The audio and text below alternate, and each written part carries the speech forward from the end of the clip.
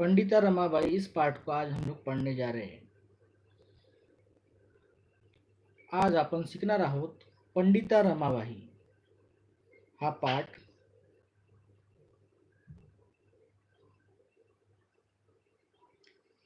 सर्वांनी लक्ष द्यावे।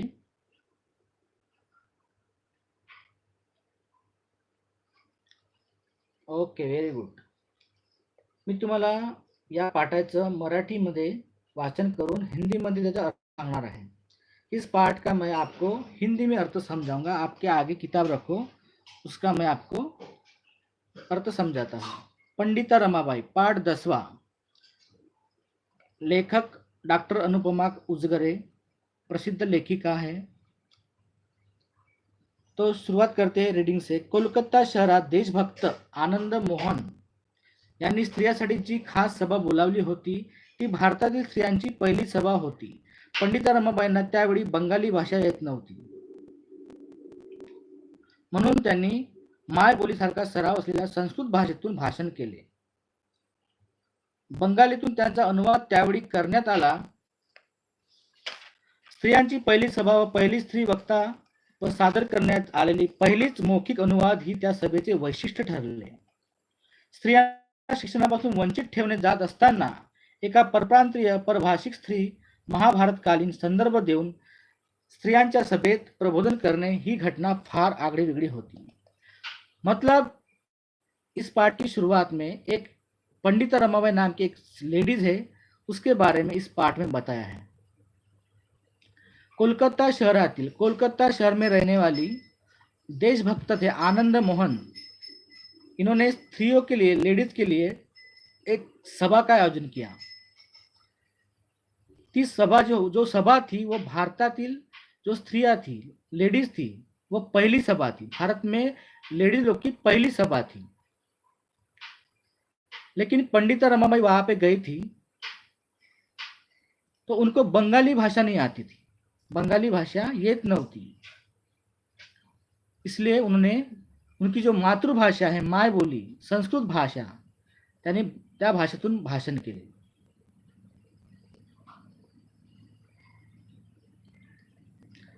बंगालीतून त्यांचा अनुवाद त्यावेळी करण्यात आला और संस्कृत भाषा में होने के कारण उन्होंने बंगाली भाषा में उसको समझाया कि इसका अर्थ क्या होता है। वो स्त्रियांची पहली सभा होती, औरत लोगों की वो पहली सभा थी और पहली बार कोई लेडीज वो सभा ले रही थी, वो थी पंडिता रमाबाई। या सभेचे वैशिष्ट्य ठरली स्त्रियांना शिक्षणापासून वंचित ठेवणे। औरतों को शिक्षण से दूर रखा जाता था। उस जमाने में औरत लोग को पढ़ने का अधिकार नहीं था, उनको दूर रखा जाता था। एका परप्रांतीय परभाषिक स्त्री महाभारतकालीन संदर्भ देऊन स्त्रियांना सभेत प्रबोधन करते ही घटना फार आगळी वेगळी होती। एक स्त्री, एक लेडीज जो थी, स्त्रियों को संबोधित कर रही थी, उनको कुछ बता रही थी। तो ये एक बात अजब गजब बात थी। आई वडील बंधू यांच्या निधनानंतर एकटे जगणे किती कठीण आहे। पंडिता रमाबाई के बचपन में ही माँ बाप और भाई मर गए थे। हे अनुभवल्यावर रमाबाईंनी विवाह करण्याचे ठरवले। जब उनके माँ बाप मर गए तो उन्होंने सोचा कि मुझे अभी शादी करना चाहिए। मेरे माँ भी नहीं है, बाप भी नहीं है, भाई भी नहीं है, तो मुझे अभी शादी करना चाहिए। इसके लिए उन्होंने शादी करने का फैसला किया, विवाह करण्याचे ठरवले। अतिशय विद्वान वकील म्हणून ख्याती असलेले विपिन बिहारी मेधावी यांच्याशी त्या रीतसर विवाहबद्ध झाल्या। विपिन बिहारी मेधावी नाम का एक आदमी है, वो वकील था, कोर्ट में वकील था, उससे उन्होंने शादी कर ली। त्यावेळी त्यांचे वय 22 वर्षाचे होते। उस समय पंडिता रमाबाई की जो एज थी 22 ईयर थी, 22 साल की थी वो। विवाहानंतर 2 वर्षाच्या आतच बिपिन बाबूचे निधन झाले और इतना बैड लक था कि 2 साल के बाद बिपिन बिहारी मेधावी का देहांत हो गया, मतलब वो मर गए। पहले माँ बाप मर गए, भाई बहन मर गए। उसके बाद उन्होंने सोचा कि हमें शादी करना चाहिए। शादी करने के बाद भी उसके जो हस्बैंड थे बिपिन बिहारी मेधावी, वो भी मर गए। महाराष्ट्रातील समाज सुधारकांच्या विनंतीवरून रमाबाई आपल्या तान्या मुलीला घेऊन पुण्यात आल्या। तो लोगों ने उनको बोला कि आप यहाँ रह के क्या करोगे बंगाल में रह के, तो आप अपने घर जाओ। तो वो वहां से पुणे, अपने महाराष्ट्र में जो पुणे है, पुणे में जाके वो अपने छोटी जो उसकी लड़की थी उसको लेके वो पुणे में चली गई। त्यांचे पहिले व्याख्यान न्यायमूर्ती रांडे यांच्या घरी झाले। तो वो अपने बच्ची को लेके पुणे में चली गई और वहां पे उन्होंने पहला व्याख्यान दिया। पहला व्याख्यान दिया वहां पे न्यायमूर्ती रांडे इनके घर पे उन्होंने पहला व्याख्यान दिया। तिथे प्रत्येक आठवड्यात एकेका घरी त्याने व्याख्यान व्हावे असे ठरवले। बाई माणूस बोलते तर कशी हे पाहण्याची उत्कंठा प्रत्येक पुरुषाला लागली होती। व्याख्यानाला येणारे आपल्यासोबत घरातल्या एका स्त्री आपल्या आल्याशिवाय पर्याय मिळणार नाही अशी पंडित बाईच्या व्याख्यानाच्या निमंत्रण पत्रिकेत एक अट घातली असे। अशी आठवण आपल्या सासऱ्याबरोबर सभेला गेलेल्या काशीबाई काटिनकर लिहून ठेवलेली आहे। लोगों को ये उत्सुकता थी, एक्साइटमेंट था कि एक लेडीज कैसा भाषण देती है, किस तरह से बात करती है उस जमाने में, क्योंकि उस समय लोगों को पढ़ने का, लड़कियों को पढ़ने का अधिकार नहीं था। तो एक लड़की खुद ऊंचे पद पे जाके लोगों की सभा ले रही थी, तो लोगों को, पुरुषों को, जो जेंट्स थे उनको इच्छा थी कि देखते कि कैसा वो लेती है। एका स्त्रीला आणल्याशिवाय प्रवेश मिळणार नाही। उन्होंने जो पत्रिका बनाई थी, पंडित रमाबाई ने पत्रिका बनाई थी उस व्याख्यान को लिए, व्याख्यान बनाने के लिए, उसमें लिखा गया था कि जो भी पुरुष आएगा अपने बीवी को साथ में लेके आएगा, कोई भी एक औरत को साथ में लेके आएगा तभी वो मेरे व्याख्यान में आ पाएगा, ऐसे वो पत्रिका में क्लियर लिखा था। तो उन्होंने फिर उस सभा में सब लोग जो आए उन्होंने स्त्रियांनी शिकले व शिकवले पाहिजे।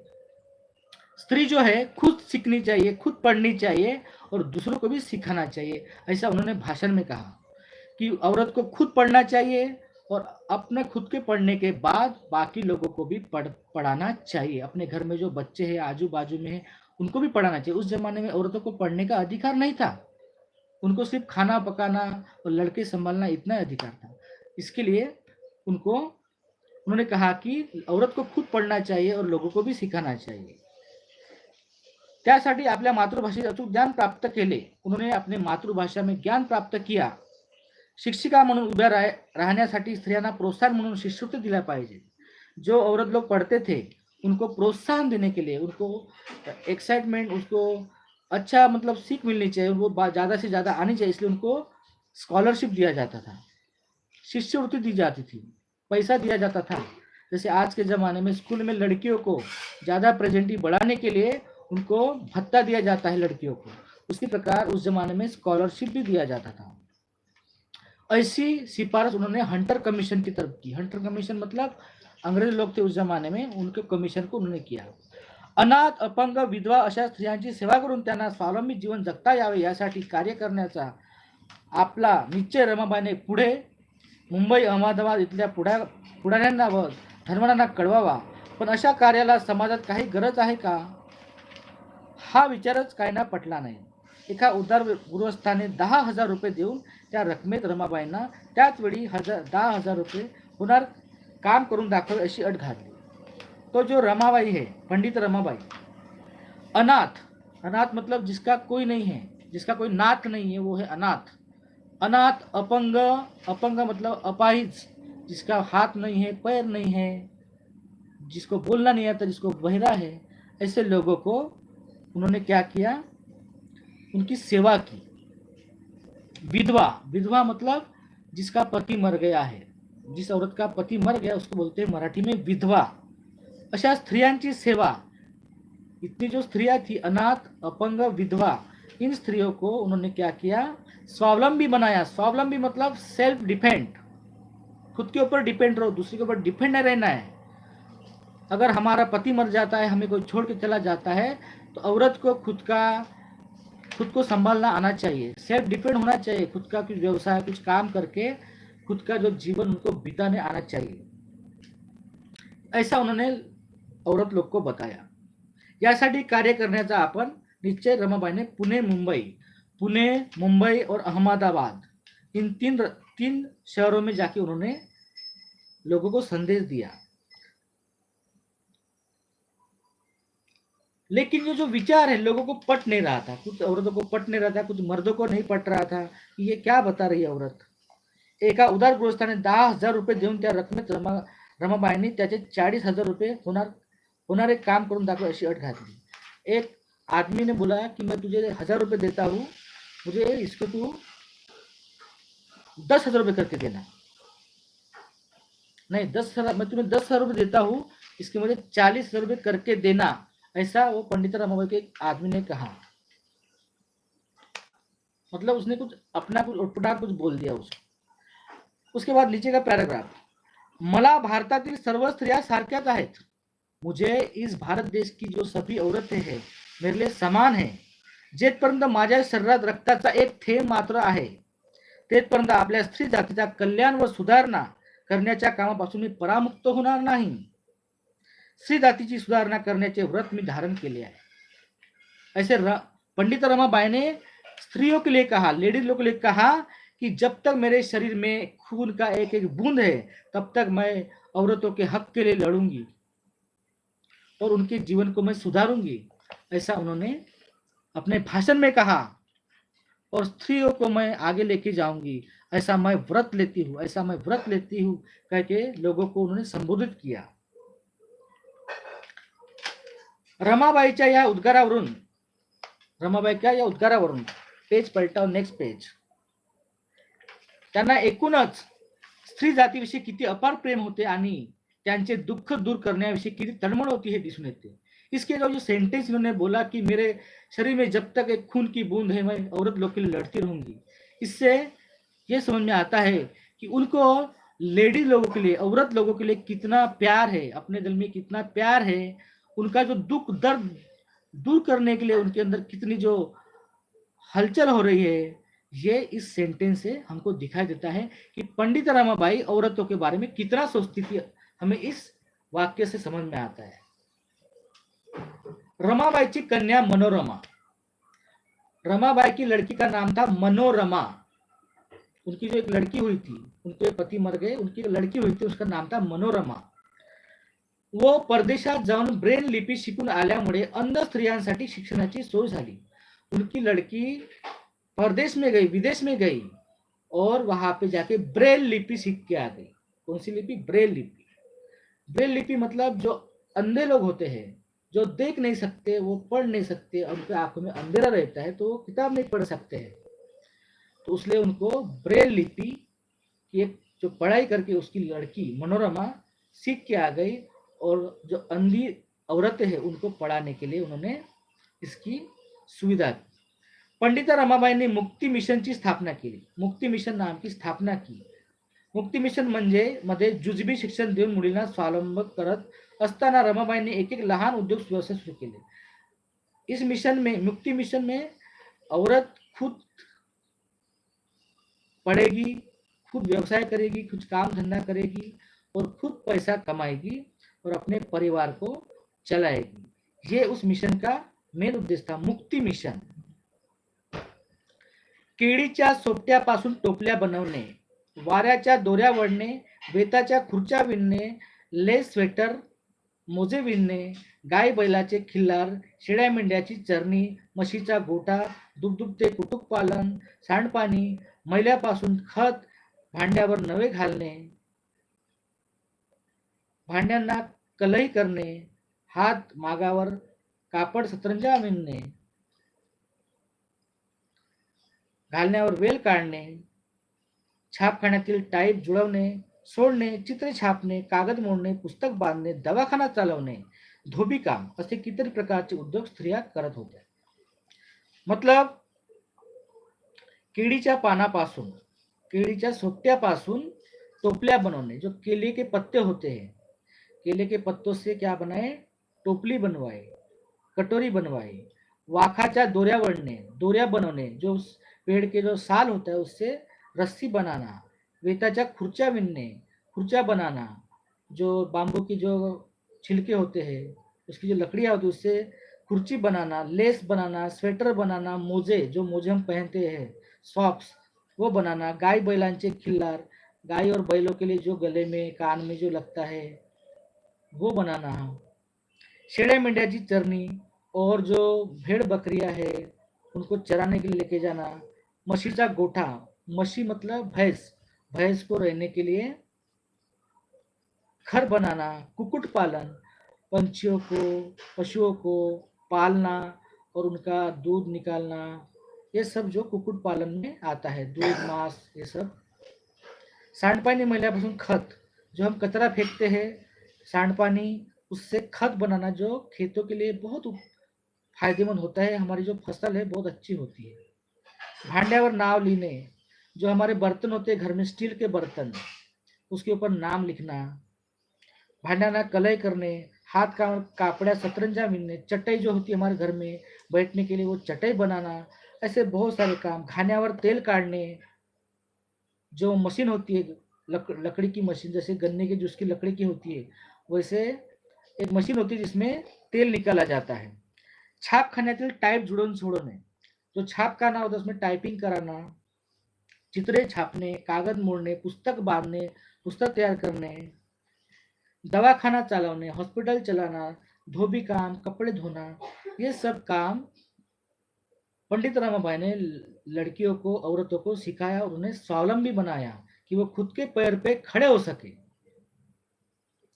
असे कितीतरी प्रकारचे उद्योग स्त्रिया त्या जमान्यात करत होत्या। ही त्या काळी फारच नवलाईची गोष्ट ठरली। तो उस जमाने में ये जो बात है जो पंडित रमाबाई लोगों के लिए कर रही थी, औरत लोग के लिए कर रही थी, उनको काम सिखा रही थी, तो लोगों को आश्चर्य लग रहा था कि एक औरत इतना कैसे कर सकती है। 2,500 लोग बसू शकतील, 2,500 लोग बसू सकतील, 2,500 लोग बैठ सकेंगे, ऐसा एक प्रार्थना मंदिर चर्च बांधताना काटकसर म्हणून रमाबाईंनी त्याचा आराखडा स्वतः तयार केला आणि डोक्यावर विटाचे घमेले वाहून बांधकामाला हातभारही लावला। कुठलेही काम करण्यात त्यांनी कधीही कमीपणा मानला नाही। समप्रतिष्ठेचा धडा त्यांनी आपल्या खुदकून आश्रमातील मुलींना नेहमी दिला। उनको एक मंदिर बनाना था, प्रार्थना मंदिर। तो उन्होंने उसका जो आराखड़ा है, बिल्डिंग बनाने के पहले, मंदिर बनाने के पहले हम कागज पे उसका रफ आराखड़ा बनाते हैं, उन्होंने उसका आराखड़ा बनाया पंडित रमाबाई ने। और सिर्फ आराखड़ा ही नहीं बनाया, उस आराखड़े में लगने वाले जो साहित्य है, जब उसका बांधकाम शुरू हो गया, उसको जब बांधने लगे, उसका जो बेस बांधने लगे, मंदिर की बांधनी शुरुआत हो गई, तो रमाबाई ने खुद, रमाबाई वहां खुद गई और जहाँ वहां पे जो औरत लोग, लड़कियां जो काम कर रही थी, वहां जाके अपना हाथ लगाया और वहां के जो कटोरे है, बीट है, गिट्टी है, वो अपने सर पे लेके वहां पे मदद करने गई। तो इससे हमें ये दिखाई देता है कि रमाबाई जो है शारीरिक रूप से भी कितना काम करती थी औरत लोगों के लिए। उन्होंने कभी काम करने के लिए कभी संकोच नहीं किया, कि शर्म नहीं किया कि मैं इतना छोटा काम कैसे करूं, मैं इतनी बड़ी हूं और मैं इनका जो काम है मदद करूं, उन्होंने इसे कभी नहीं सोचा। श्रम प्रतिष्ठेचा धडा त्यांनी आपल्या कृतीतून आश्रमातील मुलींना नेहमीच दिला। श्रम करना, काम करना, मेहनत करना, ये पंडित रमाबाई ने हमेशा लड़कियों को सिखाया है। रमाबाईचे आयुष्य म्हणजे संघर्षाची आणि संकटाची एक दीर्घ साखळी होती, पण त्या खचल्या नाहीत। स्त्रीचा एक व्यक्ती म्हणून विचार आणि विकास करू पाहणाऱ्या पंडित रमाबाई ह्या सहस्त्र कालातील एकमेव कर्मयोगिनी होत्या व सततील साध्वी होत्या। त्या अशा सूर्यकन्या होत्या ज्यांच्या नशिबी स्वतःच्या तेजामुळे आयुष्यात होरपळ आले, पण त्यांनी अनेक वाळवंटी आयुष्याचे नंदनवन करत कित्येक काळोखी आपले आयुष्य उजळून टाकले। रमाबाई का जो है, पंडित रमाबाई का जो जीवन है, एक संघर्षमय जीवन था।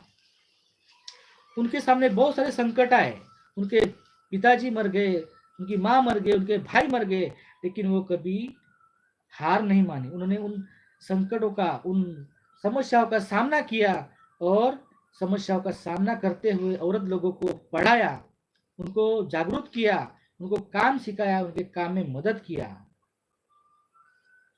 तो उस जमाने की वो एक कर्मयोगिनी थी। कर्मयोगिनी उन्हें कहा गया, कर्म करने वाली एक स्त्री, सततशील साध्वी होत्या। त्या अशा सूर्यकन्या होत्या. सूर्यकन्या, सूर्य मतलब एक जो प्रकाश देता है सारी दुनिया को और सबको उजाला देके जगाता है, उसी प्रकार से पंडिता रमाबाई भी एक सूर्य कन्या, कन्या मतलब लड़की, सूर्य मतलब सूरज, सूर्य कन्या उस जमाने में उसको कहा गया. ज्यांच्या नशिबी स्वतःचे तेजामुळे आयुष्य होरपळले आले, पण त्याने अनेक वाळवंटी आयुष्य नंदनवन केले. जिस प्रकार से रेगिस्तान में एक पेड़ भी नहीं उगता है, पानी भी नहीं होता है, वहां पे आशा की किरण नहीं होती है, ना पानी होता है ना पेड़ पौधे होते हैं, तो वहां पे पानी और पेड़ उगाना, हरियाली लाना, ऐसा काम पंडित रमाबाई ने किया है औरत लोगों के लिए. उन्होंने औरतों को सिखाया, पढ़ाया. उनके अंधे लोगों के लिए भी अपनी बेटी को विदेश भेजा और वहां से वो ब्रेल ली की सीख के आई, ताकि अंधे लोग भी ऐसे छू कर, किताब को छू कर पढ़ सकेंगे. और उन्होंने ऐसा समाज कार्य किया. ऐसे करते उन्होंने, उनकी बात खत्म नहीं हुई. उन्होंने उन औरतों को सिखाया, उसके बाद में जो भी पीढ़ी आई उन पीढ़ियों को भी सिखाया, औरतों को सिखाया. और उन्होंने लोगों के जो जीवन है, लोगों का जीवन इतना बेहतर बनाया. आज के जमाने में लड़कियां जो है खुली सांसें ले सकती है, पढ़ सकती है, बाहर जा सकती है, कोई भी कपड़े पहन सकती है, अपने मर्जी से सब कर सकती है. लेकिन उस जमाने में ऐसी कोई सुविधा नहीं थी. सिर्फ पुरुष बाहर जाता था, औरत घर पे रहती थी और खाना बनाती थी, लड़कों को संभालती थी. तो उन्होंने इसका विरोध करके औरत लोगों को पढ़ाया, औरत लोग को पढ़ाया, उनको सिखाया और उनको आगे बढ़ाया. उन्होंने अपने खुद के बारे में कभी नहीं सोचा कि मेरे पिताजी मर गए, मेरी माँ मर गई, मेरा भाई मर गया तो मैं अभी पीछे हट जाऊंगी. उन्होंने ऐसा कभी सोचा नहीं. उन्होंने एक स्त्री होकर स्त्रियों के लिए बड़े बड़े कार्य किए, लोगों को मार्गदर्शन किया, लोगों को समझाया और खुद जाकर उन कामों में मदद की. खुद जाके सर पे कटोरी लेके वहां पे बांध काम में मदद किया. उन्हें कभी लोगों से हार नहीं मानी. इस प्रकार से पंडिता रमाबाई ने हमारे औरत लोगों को आगे बढ़ाया, उनको संघर्षमय जीवन से बाहर निकाला और उनको स्वावलंबी बनाया, सेल्फ डिपेंडेंट बनाया कि आप लोग सेल्फ डिपेंड बनो, लोगों के भरोसे मत रहो. तुम जिस प्रकार से आज के जमाने में औरतें खुद जॉब करती है और खुद के पैर पे खड़ी होती है और खुद पैसा कमाती है, उस जमाने में ऐसा कुछ नहीं था. खुद से पैसा नहीं कमाते थे, घर में रहते थे, ऐसा घूंघट ओढ़ के बैठते थे, उनको बाहर जाने की परमिशन नहीं थी. आज हमारा देश इतना आगे निकल गया. कुछ औरतों ने, सावित्रीबाई फुले, रमाबाई, ऐसी झांसी की रानी, ऐसी कई औरतों ने स्त्रियों के लिए योगदान किया, लोगों के मार सहन किए, लोगों को सहा. उसके बाद जाके आज जो औरत, एक लड़की जो है खुली हवा में सांस ले सकती है और कंधे से कंधा मिला के चलती है, उसकी वजह वो औरत लोग हैं. और आज हमारे संविधान में बाबा साहब ने समानता का अधिकार दिया है, स्त्री पुरुष समानता. इसके कारण आज जो लड़का कर सकता है, लड़कियां भी वो सब बातें आज कर सकते, हर जॉब कर सकती है. और आज के ज़माने में लड़कों से भी आगे लड़कियां निकल चुकी हैं. आज हर क्षेत्र में लड़कियां आगे बढ़ी हैं. तो ये इन महान औरतों की देन है कि आज लड़कियों को पढ़ने का अधिकार है. सावित्रीबाई फुले ने खुद के ऊपर गोबर ये सब सहन करने के बाद लड़कियों को पढ़ाया. उस जमाने में उनको पढ़ने से रोका जाता था और उन्होंने आज स्कूल खोली और ऐसे पढ़ते पढ़ते आज लड़कियां पढ़ने लगी. तो इस तरह से आपको ये जो पाठ है पंडिता रमाबाई समझ में आया होगा. पंडिता रमाबाई एक बंगाली औरत थी. आशा करता हूँ आप सभी को ये पाठ समझ में आया होगा. अगर समझ में आया है तो आप नीचे यस लिखिए. अगर कुछ डाउट है तो कमेंट में पूछिए कि आपको क्या समझ में नहीं आया.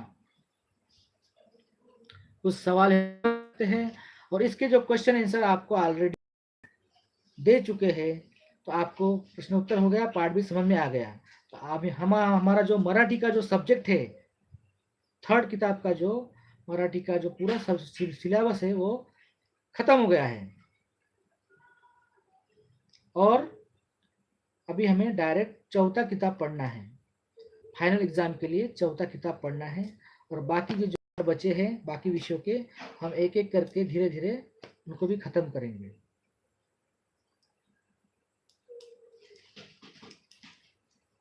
किसी कुछ डाउट है तो पूछ सकते हैं। मैंने प्रश्नोत्तर आपको समझा दिए हैं। पंडित रमाबाई हंटर कमिशनकडे कोणती शिफारस केली, इसका आंसर मैंने बता दिया है। पंडित रमाबाईने स्त्री जातीवर अपार प्रेम होते हे त्यांच्या कोणत्या उद्गारातून समजते, इसका आंसर भी लिखना है। पंडित रमाबाई कष्टाळू व काटकसरी होत्या। कष्टाळू मतलब मेहनती, काटकसरू होत्या। ये कौन से वाक्य समझ में आता है? जब वो खुद उस बांधकाम का जो मंदिर का बांधकाम शुरू था तो वहां उन्होंने खुद जाके मदद की। इसके समझ में आता है कि वो मेहनती थी। और स्त्री जाति पे अपार प्रेम था, ये कौन से उद्गार से, कौन से शब्दों से समझ में आता है? तो मेरे शरीर में जब तक एक खून की बूंद है तब तक मैं लड़ती रहूंगी और स्त्रियों के लिए कार्य करूंगी, ऐसा उन्होंने कहा। वो उसका आंसर है। और हंटर कमीशन कडे कौन सी मांग के लिए कि लड़कियों को शिष्यवृत्ति मिलनी चाहिए, शिष्यवृत्ति स्कॉलरशिप मिलनी चाहिए, ये हंटर कमीशन की तरफ उन्होंने मांग की। अभी देखो पंडित रमाबाईचा विवाह कोणाबरोबर झाला? बिपिन बिहारी मेधावी। त्यांच्या मुलीचे नाव काय होते? मनोरमा। अंध व्यक्तीसाठी कोणती लिपी वापरली? ब्रेल लिपी। शस्त्र कलातील कर्मयोगिनी कौन होती? पंडिता रमाबाई। तो इस तरह से पंडित रमाबाई ये पाठ हमारा आधे घंटे में खत्म हो गया। ऐसे आप आधा घंटा अगर देते हो आपको पाठ समझ में आएगा। एग्जाम में जो भी प्रश्न उत्तर आएंगे आप आसानी से लिख पाओगे। इसलिए आपको डेली, जब तक मेरी ट्रेनिंग है, अभी 2 दिन बाकी है, आपको ये पूरा करना है।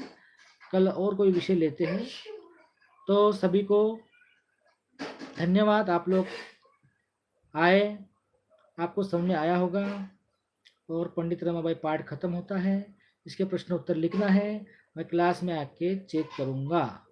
और साइंस का भी आपको प्रश्न उत्तर मैं भेजूंगा, वो भी लिखना है। ठीक है मेरे प्यारे छात्रों, तो अभी हम लोग इसको एंड करते हैं और कल का विषय जो है मैं ग्रुप में बताऊंगा। ओके, सभी को bye bye, take care, good night.